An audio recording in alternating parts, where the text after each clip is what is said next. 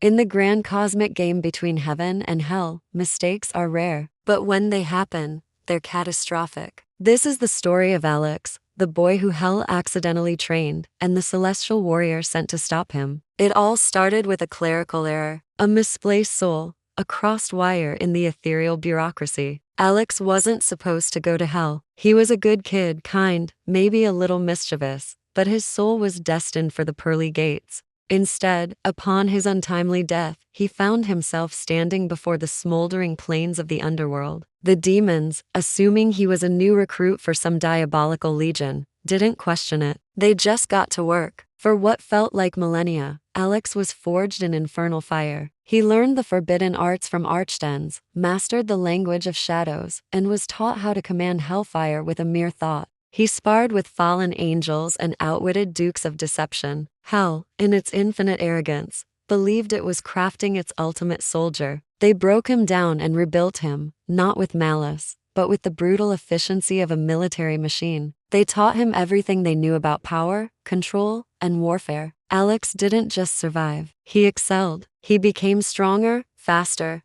and more cunning than any demon. He was their masterpiece. The problem was, Alex's core goodness never truly vanished. It was buried, yes, under layers of demonic training and hellish discipline, but it was still there. He used his newfound powers not for cruelty, but for order. He brought a strange sense of discipline to the chaotic legions, turning brawling imps into a structured army. He even started a book club. The demons were confused, but impressed. This human was efficient. Meanwhile, in heaven, a low-level cherub finally noticed the discrepancy during a routine soul audit. Panic ensued. The alarm bells rang through the Silver City. A human, pure of heart, had been given the full training regimen of a prince of hell. He was a walking paradox, a being of immense, dark power with a fundamentally good soul. They had no idea what he was capable of, or what he might become. He could be an unparalleled force for good, wielding hellish powers for heavenly purposes. Or, he could be the ultimate destroyer, a being with the strength of hell and a human's unpredictable free will, untethered to good or evil. The risk was too great. The Council of Archangels convened. A decision was made, a heavy one. They had to send their best. Enter Seraphina. She wasn't just an angel. She was heaven's strongest weapon.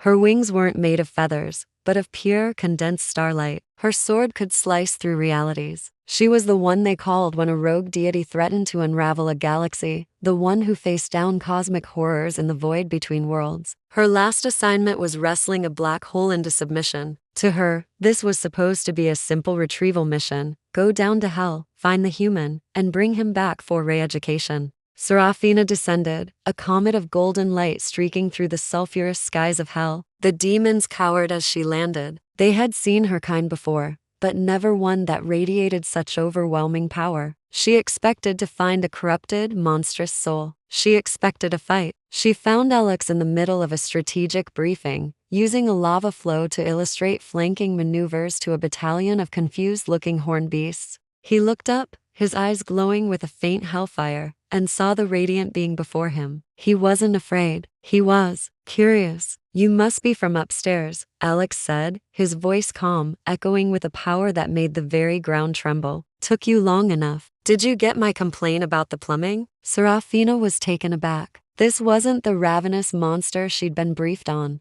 He stood with the posture of a general, his power contained but immense, a storm waiting to be unleashed. Yet, there was no malice in his eyes. You are Alex, she stated, her voice a symphony of celestial chimes. By the authority of the High Council, you are to come with me. Your presence here is an anomaly that must be corrected. Alex just smiled, a small, knowing smile. Corrected? I don't think you understand. I'm not trapped here. I'm in charge now. And frankly, this place was a mess before I got here. We've improved productivity by 300%. The battle that followed was unlike anything either heaven or hell had ever witnessed. It wasn't a clash of good versus evil. It was a clash of methodologies. Seraphina moved with the grace of a supernova, her starlight sword weaving patterns of divine energy. She fought with the purity of creation. Alex, on the other hand, was a whirlwind of controlled chaos. He used demonic tactics, hellfire, and shadow stepping, but with a precision and strategy that was almost beautiful. He didn't fight to destroy. He fought to disarm, to counter, to prove a point. He summoned chains of obsidian not to bind her, but to redirect her celestial blasts into an unused lava pit. He conjured illusions not to trick her, but to demonstrate the flaws in her attack patterns.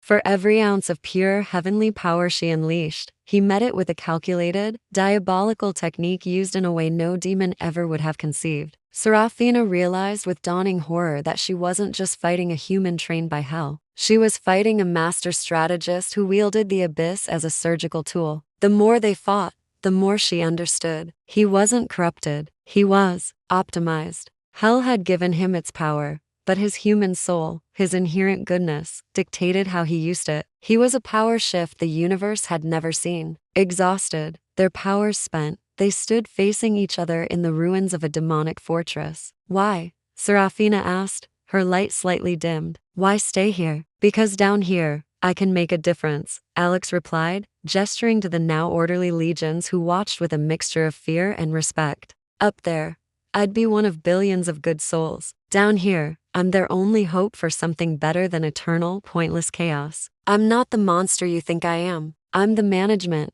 Serafina looked at the being before her, a man forged in hell, wielding its darkest powers, yet striving to create order and purpose. She had been sent to eliminate a threat, but she had found something else entirely. A new power, a third option in the eternal war. Returning to heaven, her report was simple. The anomaly was not a threat to be corrected, but a new reality to be accepted. Alex wasn't heaven's or hell's. He was his own, and in the cosmic balance of power, a new king had just taken his throne, a king who wore a crown of hellfire but ruled with a human heart. The game had changed forever. What do you think will happen next? Will heaven accept this new power? Or is this just the beginning of an even bigger war? Let me know your theories in the comments below. Thanks for watching, and don't forget to subscribe for more stories that explore the boundaries of creation.